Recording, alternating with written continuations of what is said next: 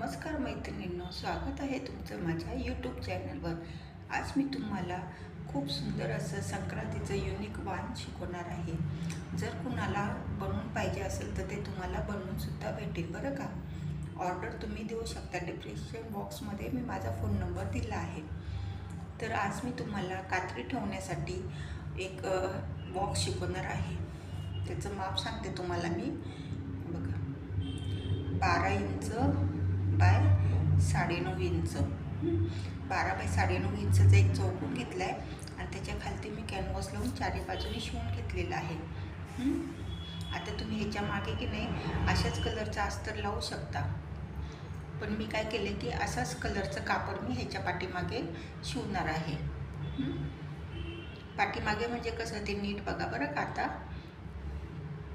कारण की दोन्ही बाजू मला सेम पाहिजे होत्या म्हणून. तेव्हा मी हे कापड घेतलेलं आहे आणि त्याची सरळ बाजू अशी ह्याच्यावर ठेवली, म्हणजे उलटी बाजू वरती आली पाहिजे आणि सरळ बाजू खालती आली पाहिजे. का ह्या दोन सरळ बाजू समोरासमोर आल्या पाहिजेत.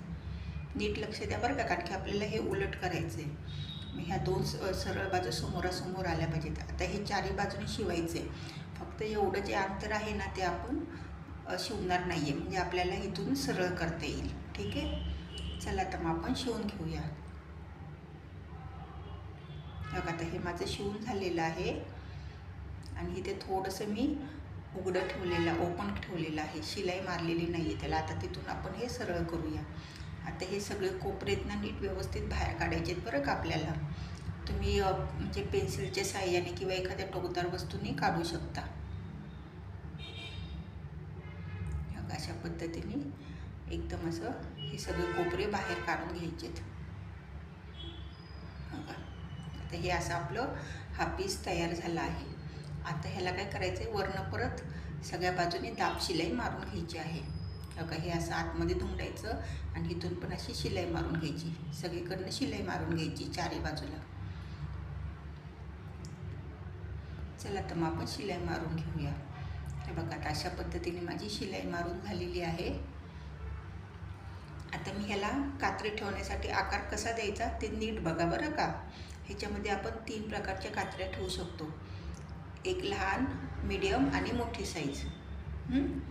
आता मी दोन्ही बाजूनी सेम कापड लावल्यामुळं कुठून पण हे घेऊ शकते. हो का.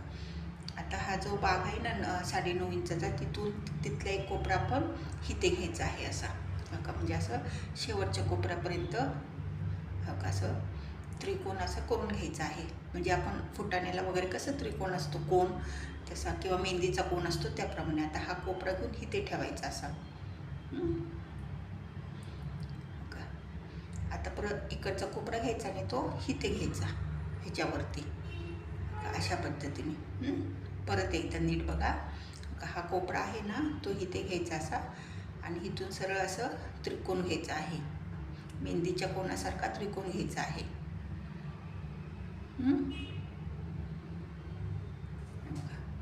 आणि हा जो कोपरा आहे तो इकडे घ्यायचा,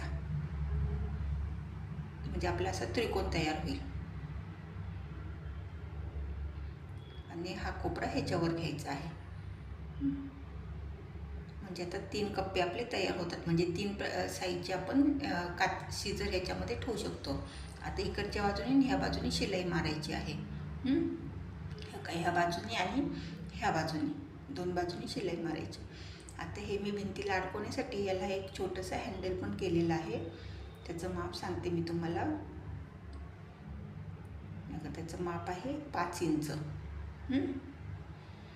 5 बाय अर्धा इंचाचा. ते हे अशा पद्धतीने ठेवून इथे कोपऱ्यावर ठेवायचं आहे आणि इथे शिलाई मारून घ्यायची आहे. चला तर मग आता आपण शिवून घेऊया. आता मी ह्याला कडेने लेस पण लावणार आहे बरं का. तुम्हाला ऑप्शन आहे लेस लावायची की नाही. बघा, आता अशा पद्धतीने माझं शिवून झाले आणि लेस पण लावली, त्याच्यामुळे खूप सुरेख असं हे दिसतं. तुम्हाला जर संक्रांतीला वगैरे द्यायला खूप सुंदर असं हे वाण आहे. आपण कात्रे इकडे तिकडे कुठेही ठेवतो ना, तर ह्याच्यामध्ये 3 कात्रे एकदम व्यवस्थित सेटमध्ये राहतात. आता मी तुम्हाला ठेवून दाखवते. माझी ही मोठी कात्री आहे आणि ही मीडियम साईजची आणि इथे स्मॉल साईजची कात्री तुम्ही ठेवू शकता. कसा वाटला व्हिडिओ? मग आवडला ना? चला तर व्हिडिओ आवडल्यास व्हिडिओला लाईक करा आणि चॅनलला सबस्क्राईब करा. आणि जर तुम्हाला ऑर्डर द्यायची असेल तर मी तुम्हाला हे बनवून देईल. धन्यवाद.